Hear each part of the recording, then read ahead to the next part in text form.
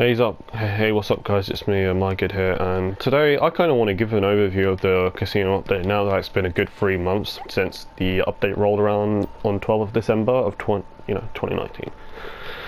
So, yeah. So obviously, it's like, oh, wait 1 minute. Obviously, we got to wait like. Obviously, it's like every 2 years since the original heists. We've been getting a new heist update. So obviously 2015 was the original heist, 2017 was the Doomsday, 2019 was obviously Casino Heist, which are a sequel to the Casino update, and in particular the Casino story missions that you do, the 6 missions. It continues after, basically. So obviously the plot now is, obviously Fort and Duggan takes over the casino. The Duggan family essentially take over the casino after Chao Cheng leaves, and obviously the plot is you go to Leicester at Mirror Park.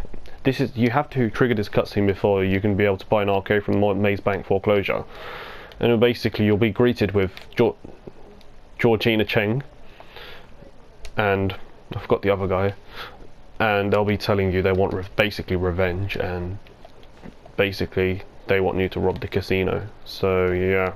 So that's the plot. You can buy an arcade. So the arcade business, it's like the nightclub business in a sense. It's a front. It's a legitimate business, which I like.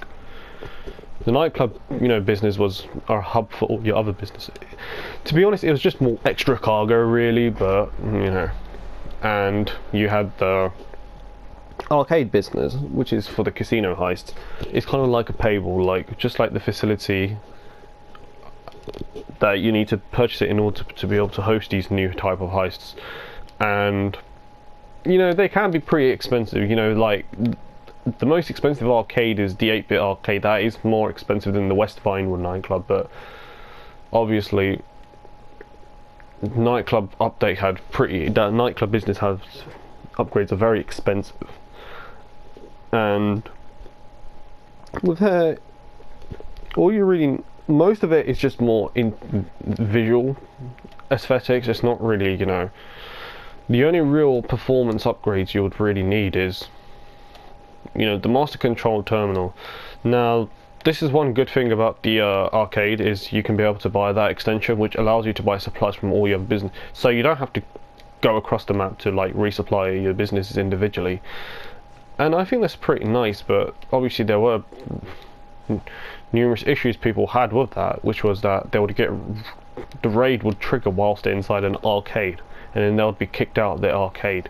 And I believe resupply from your master control terminal also increased chance of raid. It happened to me, and it's kind of a piss take, but I do feel like it's a nice extension. Obviously you have drone station, they're all just extras, you don't really need that. And one thing I like with this much better than the nightclub business is the popularity system. So obviously the nightclub popularity, think of it as stealing supplies for your businesses, MC and bunker. Obviously you'd have to fill up popularity meter to the max if you wanted to maximize revenue, so you'd get 10k a day, which was really annoying because you didn't get paid really well, and the missions, some of them were quite a lot tedious, especially like the piss was mission where you'd steal the truck full of alcohol, or putting up posters all over the map, all over the city. Those were a real pain in the arse, and the payouts didn't justify for these. Failed to justify for the difficulty of these missions, and they were very time consuming to do, and I didn't really like that. This thus making staff upgrade pretty much useless and pointless. So I wouldn't even, but this isn't a nightclub update. But with the arcade popularity, it's dependent on how many slot machines arcade machines you have. So the more you have, the more money you get paid. So I believe if you own all of them or most of them, you'll be able to generate 5,000 every in-game day. So that's 48 minutes, and it's nice because you don't have to do no resupply missions or do popularity missions or anything like that, so it makes it really easy. And it's a nice bank as well. Obviously that's the arcade stuff and all. So obviously there's also been tweaks to the PvP meta, thank God. So orbital cannon glitch. So the glitch still works. Like, you can still be able to bypass the cooldown timer if you leave session and rejoin. But however, you'll have to pay the 750,000 before you can be able to use this cannon on people, before you're able to hit anyone. So they do take your money. But I guess people who have modded money like billions of dollars will be able to still get away with this. But for people who are broke asses, nah. And they've also tweaked the oppressor Mark II, so now you can't instant spam Mark II, especially with the MC menu, because once when you spawn it, it can be respawned again, but in 5 minutes. Yeah, fine. And I think you can be able to lock onto them with your guns, so I guess that's pretty nice. I'm glad. Obviously the Mark II will still be the most used vehicle, but at least people won't be able to abuse it too much. It'll still be a bit of a threat. It'll still be a threat. I'm not going to deny that, but you know, at least this is a right step in the direction, because you know, it makes it less annoying. It's still annoying, but you know, it's less, isn't it? They kind of somewhat alleviated it to some extent, and yeah, but it will still be the most used vehicle because, let's face it, the fucking thing is convenient to use. Okay, so that's PvP shit. Let's talk about the casino heist themselves. Yes, and this is kind of the money, the profitability, the longevity of the update. You know, this is one thing I always am wanting to find out with updates is, you know, do they pay out really well? Would you be able to play these long term, just like businesses? And I could answer that and say, yes, you can. But however, there is a bit of an issue I have. Obviously, you saw me with my casino video where I ranted on about the update, which wasn't really it wasn't really a money-making update, which was true.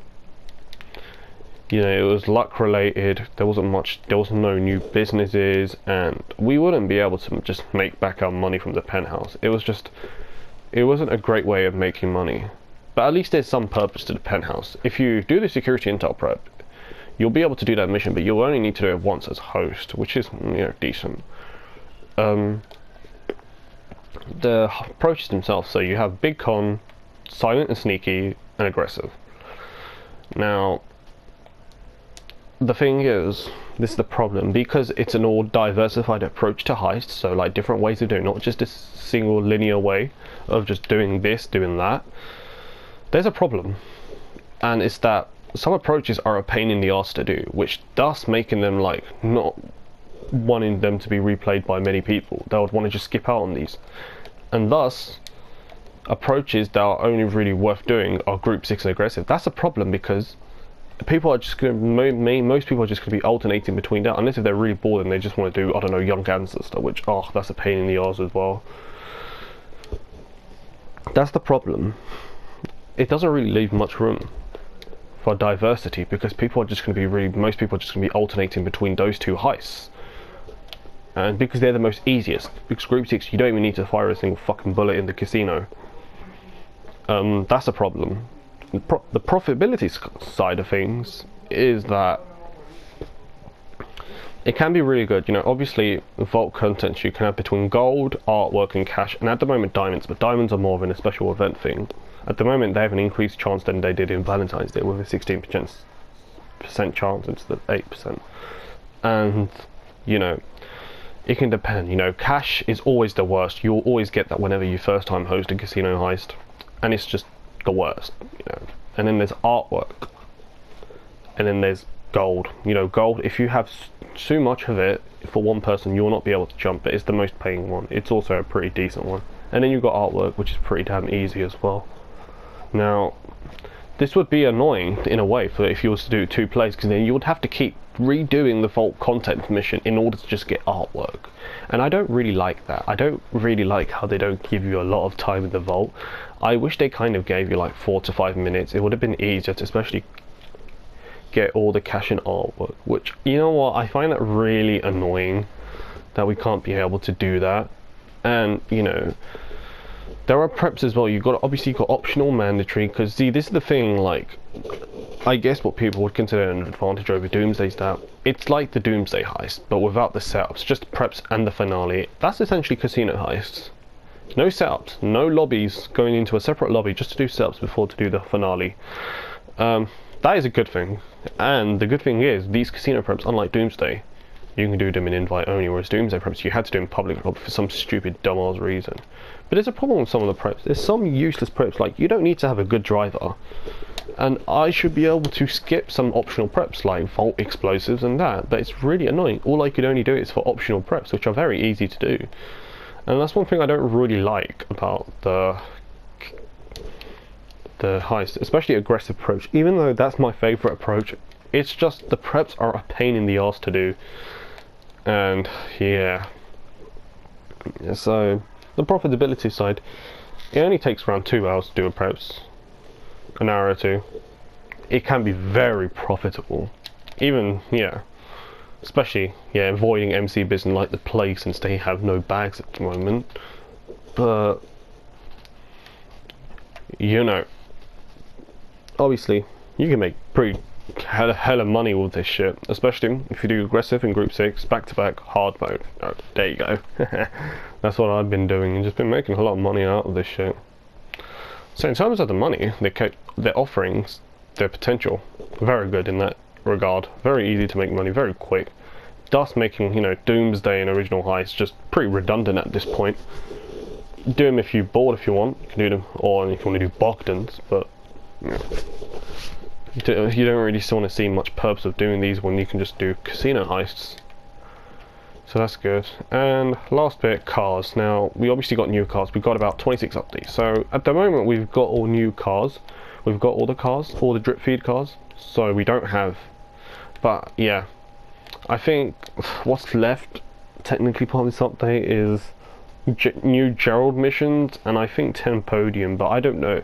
Fundamental 2 kind of seems a bit, I don't know, it seems a bit uncertain, like whether they have to all be released within this update before the new update launches. But but the cars in general, some are really good and some are not. What I mean is, it's a bit mixed bag. Like, I feel like it's really cool they're being able to bring more Japanese cars. Like, I really feel like they should do that, bring more of those cars. I feel like we have too much sports and sports classics and supercars. I feel like we should get more of these Japanese cars, like the Kanjo, the sort of... I'm just making a video. Sultan Classic, the... all those nice cars. And I think those cars are pretty cool. Like, they have pretty decent customization for what they offer, but however, there are some cars I feel like are advertised as newer cars, which is just not the case. They're only in the case that they're purchasable now, like the Bugsters van and all, because come on, let's face it, those cars have been there since day one, and it's such a shame because those cars are a waste of money, because I feel like, because you can't even customize them properly. Like, for instance, the Bugsters van, you can't even get rid of the liveries, you can't even change the colour, can't you? Just still stick with that blue and orange colour scheme, and I don't really like that.